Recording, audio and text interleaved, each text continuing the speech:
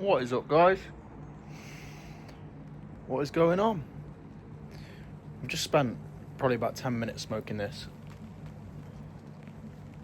Another one of them shitty cigars. And realised that the whole time I could have been making a video rather than just sitting there and thinking.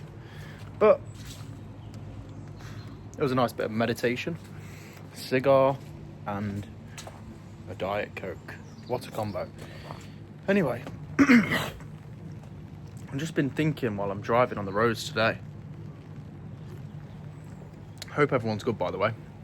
I've just been thinking whilst driving on the roads today, like, everyone's so angry. I spoke about this in a video before, and I think we all just need to stop taking life so seriously.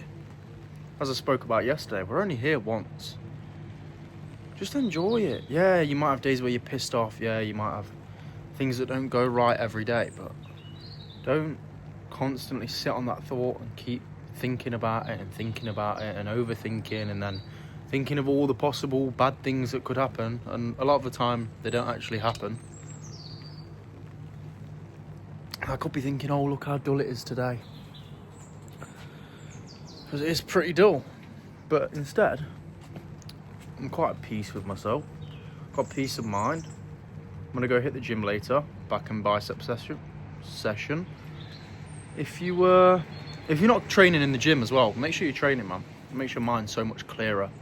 Every time I come out of the gym, it's like I've meditated for an hour. It's just like an hour of therapy or meditation. But yeah, I'm just enjoying the peace today.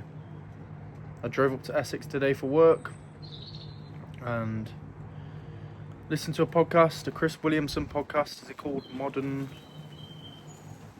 Can't quite remember.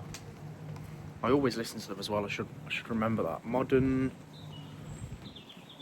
Let me just cut it there and go and find out. Modern Wisdom. Pretty sure that's what it is. If not, I'll add something in here and change it. But I'm pretty sure it's Modern Wisdom. Yeah, they're really good podcasts about all sorts of things. I listened to one about relationships today, and yeah, I got some good insights on relationships. If any of you don't know, I'm in a relationship, and yeah, they can be quite testing sometimes. Everything's well at the minute, but there's obviously times where you might have a disagreement or something like that, and you need to just speak it out. With relationships, you need to speak it out. I hear a lot of people at work saying, oh, I've been arguing back and forth with my missus, screaming at each other, screaming the house down.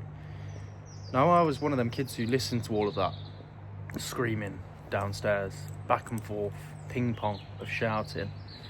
And even now when people are shouting, I just feel stressed. It just puts me on edge. I'm anxious. So it affects the kids. So if you're a parent and you are constantly shouting with your partner, just know that it's affecting the kid and it's making them anxious and it's making them on edge.